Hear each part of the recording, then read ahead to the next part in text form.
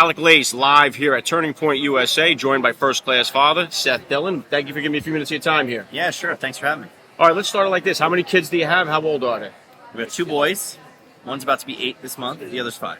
Very cool. You going for that girl, or are we all done here? I think we're all done. All done? All right. My wife would love to have a daughter, but I think we've made the decision that we're done at this point. So. Very cool. So about how old were you then when you first became a dad, and then how did becoming a father kind of change your perspective on life?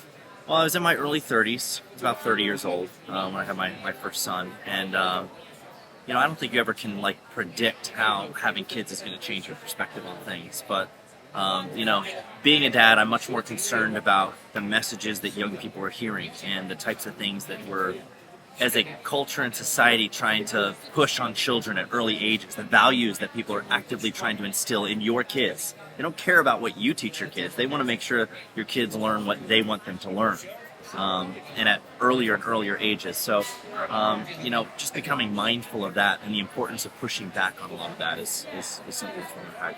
Yeah, and you mentioned there, obviously, there's a fight for the values that are being instilled in the kids. What are the values that you're hoping to instill in your kids growing up?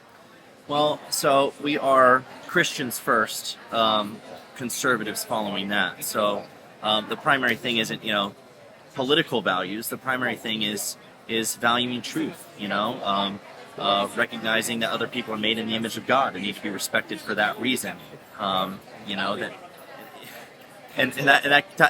That right there goes into all of these other issues like the critical race theory and your skin being the most important thing about you and everything. That's not the case at all.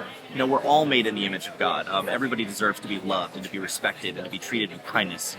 And so, the biblical values are first and foremost. And then following on the back of that, just what is from a political standpoint, conservative standpoint, most conducive to human flourishing, thinking of those types of things. And the values that America was predicated on are good values too, and those are ultimately rooted in this idea that we're all created in the image of God, right? So, those types of things are like the fundamentals, and then beyond that, there's a lot of other stuff you can get into. But at very early ages, we're trying to introduce our kids to truth. There is objective truth, and God is real, and our relationships with each other are meant to be modeled on specific principles and values, and trying to get that into their heads and hearts at early ages, I think, is one of the most important things we can do as parents. That's very well said. And I'm a faith-based person myself. One of the most important parts of my day, I have 4 kids, is when the 6 of us get to sit down before dinner. We pray together as a family. And I think the first 2 words of the Lord's Prayer says it all. Our Father. It's our Father. And I think this is why I bring on dads from all walks of life, all faiths, all colors, all creeds. And we all, as dads, we have this common denominator. We want our kids to do well, succeed, be polite. Yeah. We don't want to see them failing. So we are a lot more alike than we are different. And the media is trying to tell us that we should be at each other's throats here. So I love what you say there. Now, how about as far as the discipline portion of this? I got 3 boys myself here. What type of disciplinarian are you as a dad? And is that different than the discipline style you grew up with? That's a great question. I don't know. I think my discipline style is pretty similar to my parents. The world has changed a little bit, right? So there's different issues that we're dealing with. We're dealing with things like, no iPads at the table and too much screen time and what are they watching and stuff like that. So I think that there's new things that we're having to deal with, but the strategy is generally the same, and we have very well behaved boys, so I think we're doing a fairly good job of that. But mostly, I think one of the key things that a lot of people miss with behavioral discipline is, your kids, they soak up what they see, and modeling good behavior for them, and respect and politeness.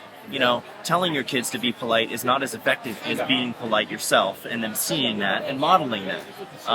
Respecting your wife and handling conflict in a healthy way with her, is going to have more of an impact on them than any lecture that you give them. So we try to focus a lot as parents on being good models and examples. And I agree with what you're saying there. I think that's part of the reason when I talk about on this show, we have a fatherless crisis going on in the country. So many kids are growing up without a father or a father figure in their life. And when they don't have that role model, they don't see that display of affection towards the mom and towards themselves. we see that reflected in the behavior that we're seeing out on the streets. And if they find that father figure in the street as opposed to maybe in the military or in sports with a coach, it turns into a disastrous issue that we're having in the country. Yeah. So one of the biggest issues we're seeing, I think. 100%. Now, getting just real quick into what you do here, I love the material that the Babylon Bee comes out. I think it's probably the best thing that I get to see on social media because everything is so dark on social media now. It is. I love what you bring. Now, what are some of the challenges for you doing the Babylon Bee while being a dad here? Well, being a dad, I think the hardest thing for me is just, the business side of what I do requires a lot of travel, a lot of time away from home.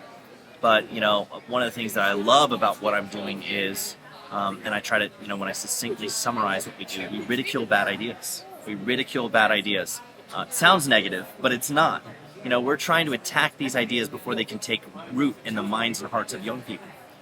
So I think that's a noble effort, and I think we're being relatively impactful doing that. So.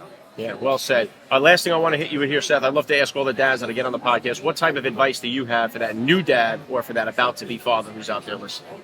Oh, man. I would say great advice would be ask a lot of questions from people that know more than you. Everyone. I hear a lot that, you just have to learn as you go, but there is a lot to be learned from people who've been there before you. I didn't personally benefit a lot from reading books on, fatherhood or being a dad or, what to expect when you're expecting type stuff. But I did get a lot of benefit from leaning into people that have had that experience, including my own parents and other young parents that had kids that I was close friends with, and really leaning on them to kind of learn, how to handle certain things and what perspective to have on certain things. That could be really beneficial rather than just trying to figure it out all on your own. This has been done before a few times by other people, so I think it's really beneficial to lead into that. Well said. Love the advice. Seth Dillon, you're a first-class father all the way. Thank you for giving me a few minutes of your time. Yeah, thank you. Appreciate it. Right.